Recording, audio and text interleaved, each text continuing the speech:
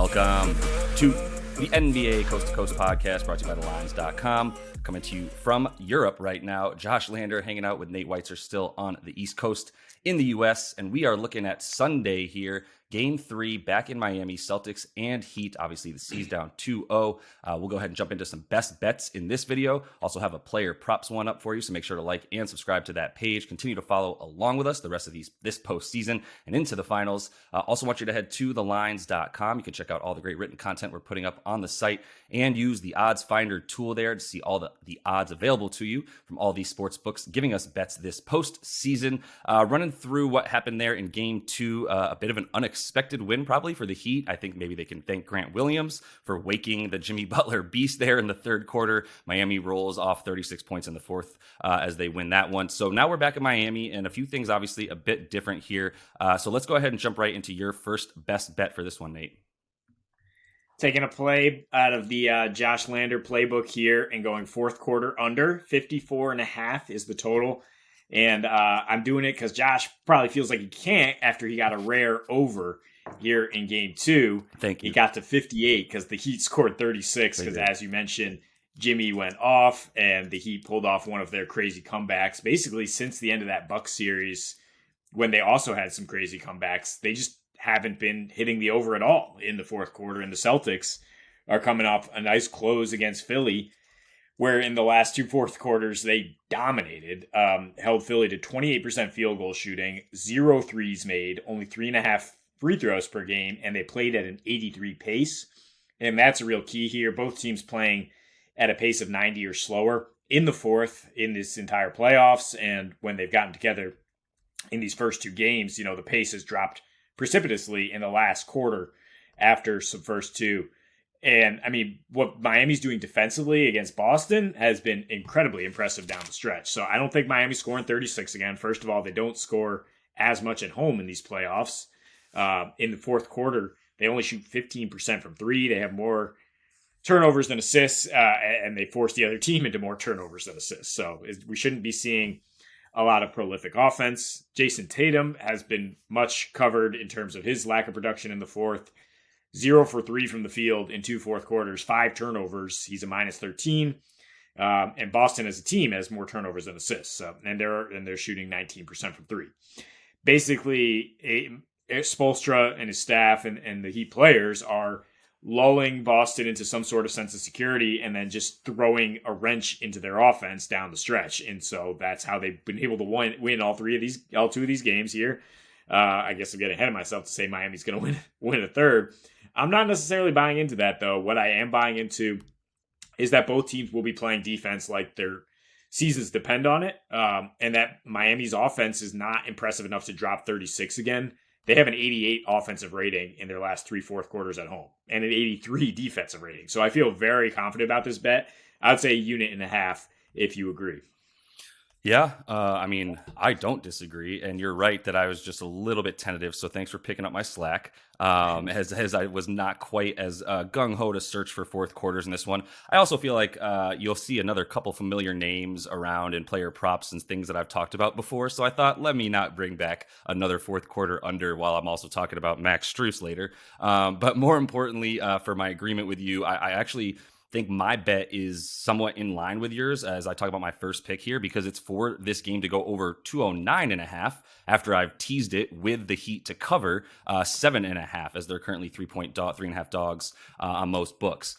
I think it is in line with your bet because I think there's going to be more scoring in the first three quarters than there were in this last game. I think they will be tiring themselves out a bit more, and the Heat have so many players to sort of rotate in that do similar things. You saw a couple other guys like Duncan Robinson get 20 minutes to give other guys a breather, which means the Heat defense should still be around in the fourth quarter. But more importantly, like I think this is a game where even if Duncan does get in for some minutes and steal some of Max Strus's time, that's only good for an over in this one, and it also means that Duncan has been hitting, and that's good for the Heat. For him to get at least three made threes for them is a huge lift for that offense. And in this game, like 7.5 points, I really just wanted to get the over into a slightly better place. And I think, I was looking at how to do that with the Heat here. Obviously, just teasing those two together works out for me because I don't see even if Boston's able to hit a bunch of threes in the first half, once again, similar to what you were just saying, and Miami's sort of lulls them to sleep a bit in a way that, they're not expecting Jimmy to just wake up and take over like he did in the second game there. Like, I think the Miami comeback is always in play, and that this is a team that you never count out, no matter what type of lead or hole that they dig themselves. So, it's most important for why I wanted to get this total a little bit lower before I took an over was that the Heat do play incredibly well at home on defense in these playoffs, specifically with that 98 defensive rating, or it's about a 102 defensive rating at home right now in the playoffs, where they have won all of their games 5-0. They allow 98.5 points there versus the 116 that they allow on the road.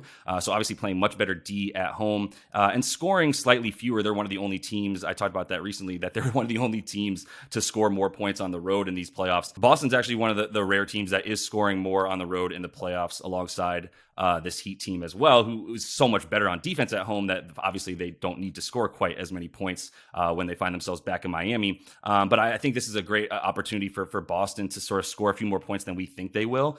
I do feel better about Boston winning this game just because it's another opportunity for us to look at Boston and go, I prefer them when they're not out ahead and favored and in everybody's eye as the clear-cut favorites and things of that nature. I mean, they still are favored to win this game because of the fact that they're going to have to come out like their lives do depend on it, because they essentially do. You don't come back from down 3-0 in the NBA historically. So I think, they'll be coming out crazy, but I think that also will translate on offense for them. And I think the Heat will continue to hit shots, even with guys in their faces, because of the amount of three-point shooting that they have and how much, they continue to hit these at home as well.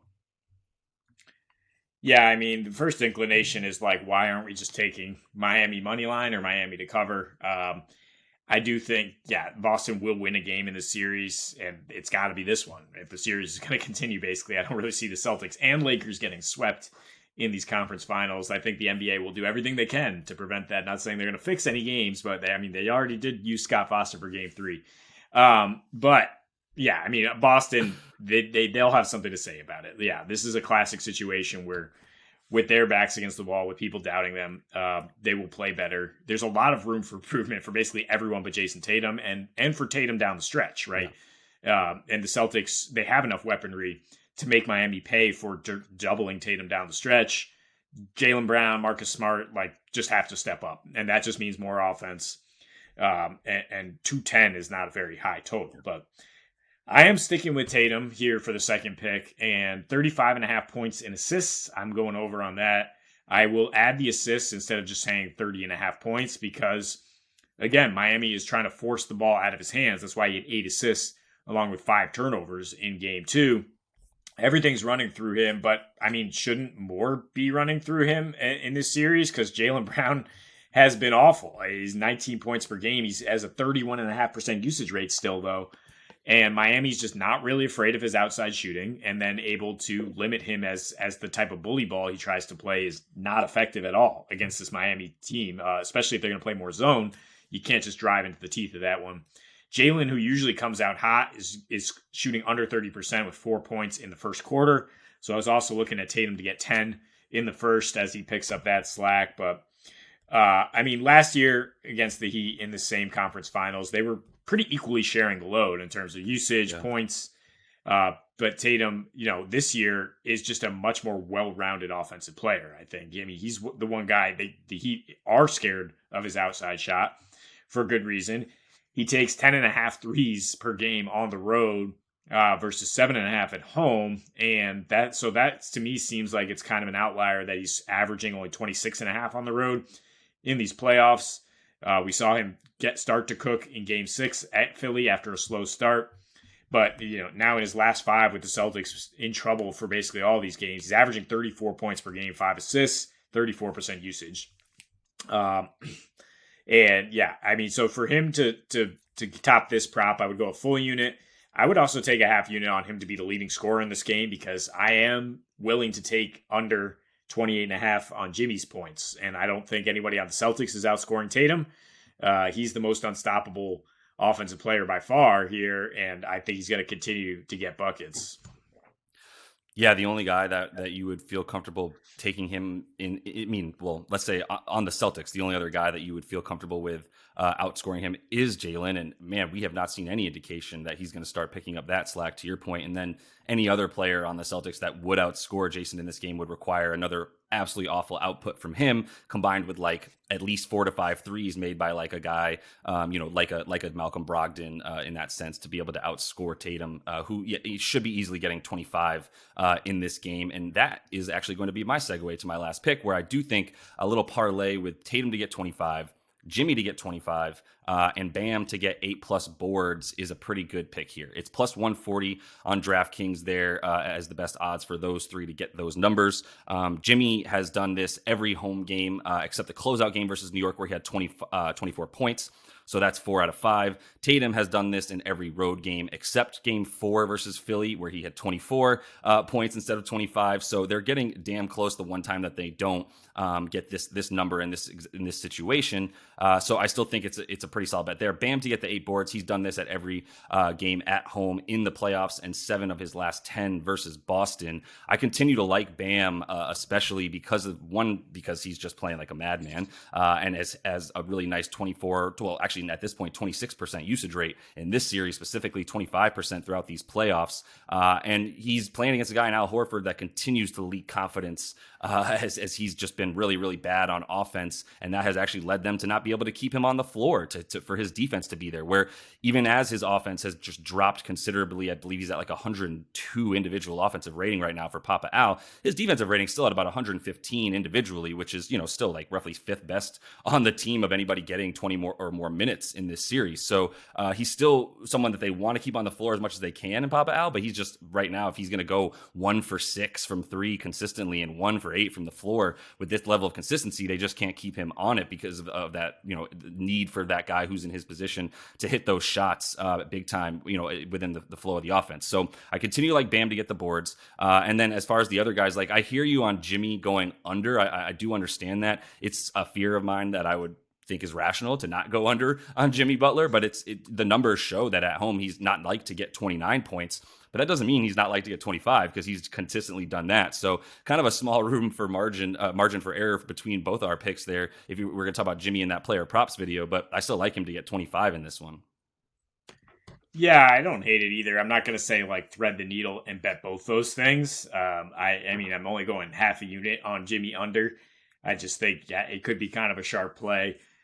Because he doesn't necessarily look to dominate in terms of usage, and I think the Celtics will be throwing a lot more double teams at him. But they haven't had any answers for Bam other than, I guess, the really simple answer: play Rob Williams and don't play Al Horford. But so we'll see if they do that. I think Bam could still get a double-double, so I would look at that as a parlay. He's been doing great on the boards on both ends here, and Miami's going small, playing zone often. They need him to be a monster on the board. So yeah. That I agree wholeheartedly with adding Bam to any parlays there. Yeah, the 8 boards for him for sure. So that's all the time we have for you in the Best Bets video here. Make sure to like and subscribe and continue to follow along. You can check out the player props we also have up for you in this one. Until we see you next, happy betting.